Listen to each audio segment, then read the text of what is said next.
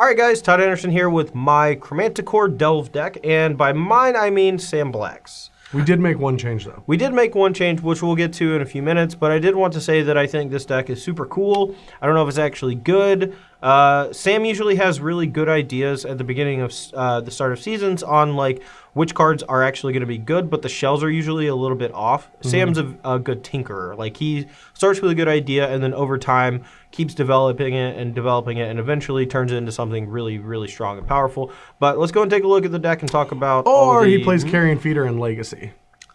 Dude, he top-aided a Grand Prix with that deck, didn't he? No. Denver? Did he? Pretty sure. Or he was either like playing for top 8 in the last round or top 8'd. It was like GP Denver 2 or 3 years ago. The one that Video Wajaya won. Vidiante Wajaya. I don't know. Whatever. Anyway, let's take a look. Vidi Vici. All right, let's take a look at the deck.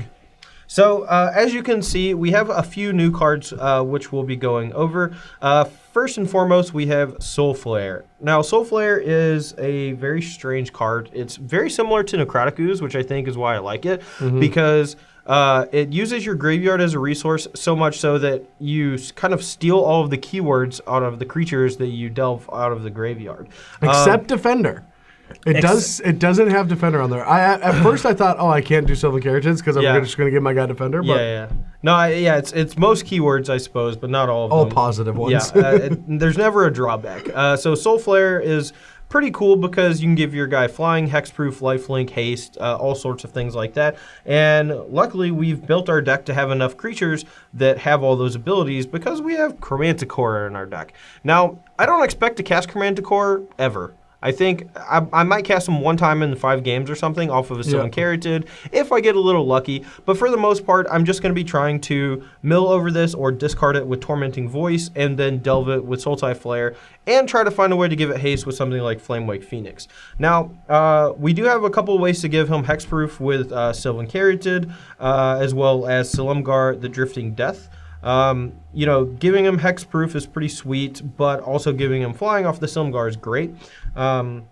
So to fight Wrath effects, we have Indestructible. Yeah, and we have Indestructible off of Pharika or any god that we could want to play, but Pharika seems like it goes best with graveyard-based strategies, obviously. The rest of the deck is mostly enablers. We have Satyr Wayfinder and Commune with the Gods to help dig for stuff.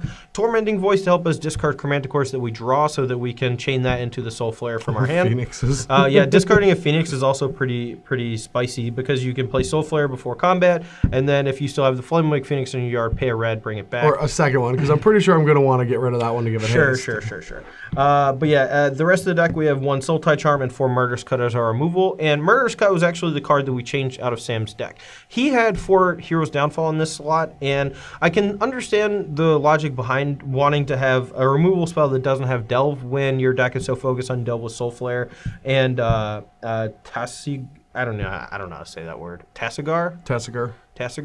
But I think with 8 fetch lands, 7, big mill spells, and 3 Tormenting Voice, as well as 2 more Evolving Wilds and a Sultai Charm, you're going to be able to fill the graveyard up. You can even just start chum blocking with Satyr Wayfinders if you absolutely have to. Well, the biggest thing too is like the cards that you want to cut with, or you want to delve with Murderous Cut, are not the same ones you want to delve with Soul Flare. Like there's a plethora of graveyard cards that you're going to want to use cut with. Yeah, I mean, sometimes you're going to need that land or 2 in the graveyard to make Soul Flare only cost 2 mana, but it's not even that bad if it costs 3, sometimes even 4 mana. And since we have access to Sylvan Caryatid and Satyr Wayfinder, we're going to have enough mana usually to cast this anywhere from 2 to 4 to 5 mana if we really need to, and still get all the bonuses out of it. Yeah, I'm pretty sure it's just going to cost 2 mana every time. It's going to have at least 2 keyworded abilities. Yeah.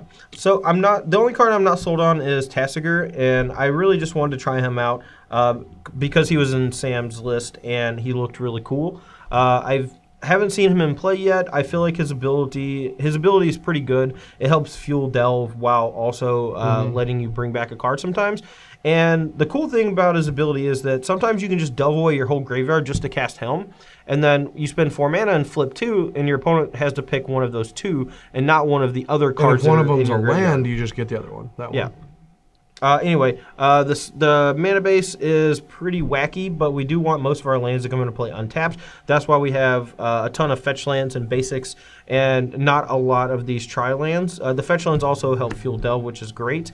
1 copy of Mana Confluence and 4 Stone Carotid can actually help us cast the Chromanticore, as well as the 1 Sandsep Citadel. But yeah, that's basically it. Anyway, guys, that is Chromanticore Delve. Let's go and take a look at the sideboard and then get smashed by Eidolon. Don't ruin it for him. I mean, beat Brad. So this deck might have a little trouble against control, which is why we have access to 4 copies of Thoughtseize, 2 Disdainful Stroke, and Soul of Innistrad out of the board. Soul of Innistrad is particularly interesting because I'm not really sure if this actually fits in the deck, right? Because we want to delve creatures for our Soul Flare, and I don't really want to get them back, but I can see where this can bring back like 2 Soul Flares, or maybe like a Soul Flare and like something else, like a Satyr Wayfinder. But for the most part, this card just feels a little out of place. Yeah, it feels like an oversight. I don't like it. Also, I don't think this deck is going to be that bad against control, because you could just make an indestructible hexproof flyer. But they have counterspells. They have a lot of counterspells. And your Soul Flare gets hit by Disdainful Stroke, which is super gross. Sure, yeah, that makes sense. But the rest of the sideboard is dedicated to aggressive decks with 3 Bob Blight, 2 Drown in Sorrow. We also have Dark Betrayal, which is fantastic against Sidisi decks and Siege Rhino decks that are heavier black. But if there ends up being like any sort of Herald of Torment style deck with like Seeker of the Way, Dark Betrayal could be okay against that deck. And you also really need to make sure you have enough removal spells for Anafenza. Like this this deck really needs. That's a huge point. Yeah, I ended up playing 2 Dark Betrayal in the Sidisi deck where I got second in the PTQ against BBD a few weeks ago, and it was great against them too. So, you know, they can't really hold back their Putrid Leech guy, Rakshasha Death Dealer. So this usually kills Death Dealer on turn 2, but being able to kill Anafenza or Siege Rhino while going up the chain is pretty good too. Yep. Yeah. Pretty basic stuff in the sideboard, guys. Not a pretty basic deck though. We're gonna see how much Soul Flare. It's gonna be interesting. I am excited. Yeah. I'm excited.